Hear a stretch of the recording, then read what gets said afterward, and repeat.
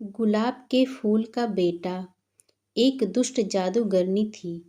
उसके घर के सामने एक बड़ा सा बाग था। बाग में बहुत सारे फूल लगे हुए थे।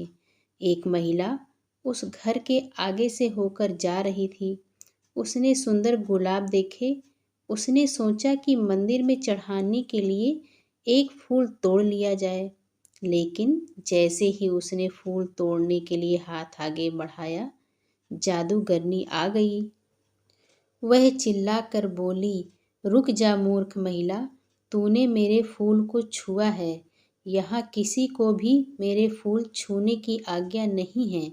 तेरी इस गलती की सज़ा तुझे ज़रूर मिलेगी। मैं तुझे भी गुलाब का फूल बनाती हूँ। यह कहकर जादूगरनी ने इशारा किया। वह महिला घबरा कर रोने लगी। वह बोली, मुझे माफ़ कर दो, मुझसे बहुत बड़ी भूल हो गई। मेरे ऊपर दया करो, मुझे फूल मत बनाओ। उसका रोना सुनकर जादूगरनी ने कहा, मैंने एक बार जो कह दिया वह तो होकर ही रहेगा।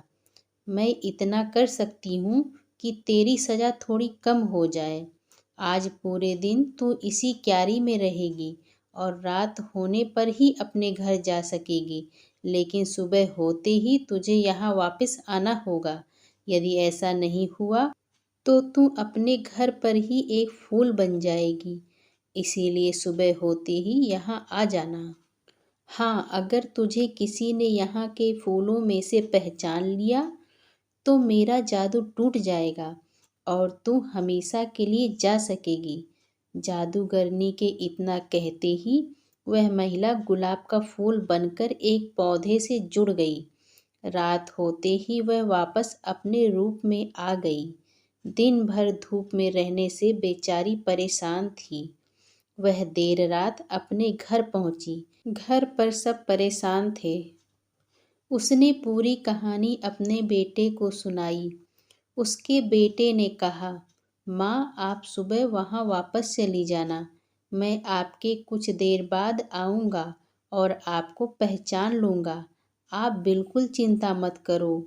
सुबह को सूरज निकलने से भी पहले महिला जादूगरनी के बाग में जाकर फूल बन गई। तभी उसका बेटा वहाँ आया। उसने देखा वहाँ गुलाब के बहुत सारे पौधे थे। उन पौधों पर सैकड़ों फूल लगे हुए थे। उसने एक एक फूल को ध्यान से देखना शुरू किया। काफ़ी सारे फूल देखने के बाद उसने एक फूल चुना और बोला, यही मेरी माँ है। इतना कहते ही उसकी माँ पर किया गया जादू टूट गया। वह अपने रूप में वापस आ गई। खुशी में उसने अपने बेटे को गले से लगा लिया। उसने बेटे से पूछा, एक बात बता बेटा, तूने मुझे पहचाना कैसे? बेटे ने कहा, सीधी बात है माँ, जितने भी फूल रात भर यहाँ रहे उन सभी पर ओस की बूंदें थीं, लेकिन आप तो रात को घर पर थीं, इसीलिए आप बिल्कुल सूखी हुई थी। मैंने आपको आसानी से पहचान लिया। अपने बेटे की बुद्धिमानी देखकर माँ को बहुत खुशी हुई और उसे गले से लगा लिया। जादूगरनी ने जब माँ और बेटे का प्यार देखा तो उसको इतना अच्छा लगा कि उसने सबको परेशान करना छोड़ दिया। अब वह दुष्ट जादूगरनी नहीं थी, बल्कि एक अच्छी और नेक जादूगरनी बन गई थी। अगर आपको आज की कहानी अच्छी लगी हो तो मेरे चैनल को लाइक, शेयर एंड सब्सक्राइब ज़रूर करें। धन्यवाद।